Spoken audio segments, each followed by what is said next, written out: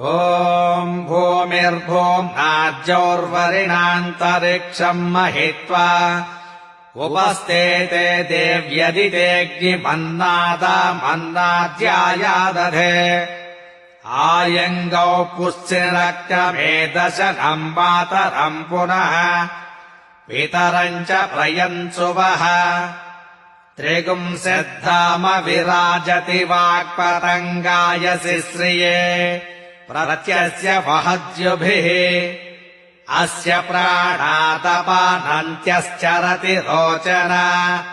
व्यख्यन्महिषः सुवः यत्त्वा क्रुद्धः परोपमन्युना यदवर्त्य सुकल्पमग्ने तत्तव पुनस्त्वोदीपयामसि यत्ते मन्योपरोक्तस्य पृथिवीमनुदध्वसे आदित्या विश्वेतद्देवा वसवश्च समारभन् मेदिने देवी वसुन्धरा स्याद्वसुधा देवी वासवी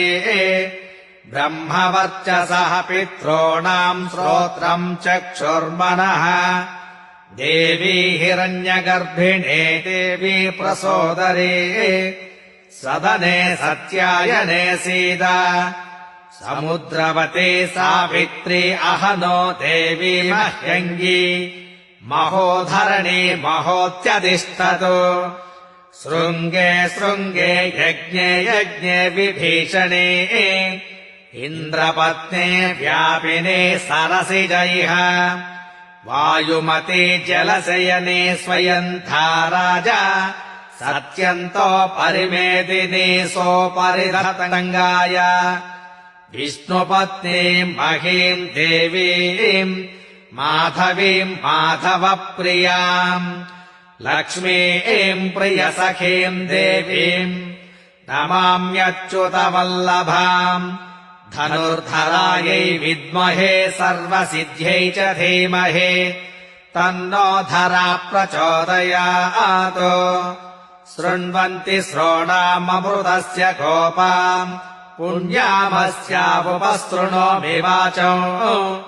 महीम् देवीम् विष्णुपत्नीमचौर्याम् प्रतीचीमेनागुम् हविषा यजाम त्रेधा विष्णुरुगायो विचक्रमे महीम् दिवम् पृथिवीमन्तरिक्षम् तत्श्रोणैति शिशव इच्छमाना पुण्यश्लोकम् यजमानाय कृण्वते शोना पृथिवी भवानुक्षरा निवेशने इच्छा नः सर्म सप्रथाः अतिर्देवा गन्धर्वा मनुष्याः पितरो सुरस्तेषागुम् सर्वभूतानाम् माता भेदिनी महता मही सावित्री गायत्री जगच्छुर्वी पृथ्वी बहुला विश्वा भूता कतमाकायासा सत्येत्यमृतेति वसिष्ठः इक्षुशाली यवसस्य पलाढ्ये पारिजाततरुशोभितमूले स्वर्णरत्नमणिमण्डपमध्ये चिन्तये सकललोकधात्रीम् श्यामाम् विचित्राम् नवरत्नभूषिताम् चतुर्भुजाम् तुङ्गपयोधरान्विताम् इन्दीवराक्षीम् नवशाली मञ्जरीम् सुखम् दधाना शरणम् भजामहे ॐ शान्तिः शान्तिः शान्तिः।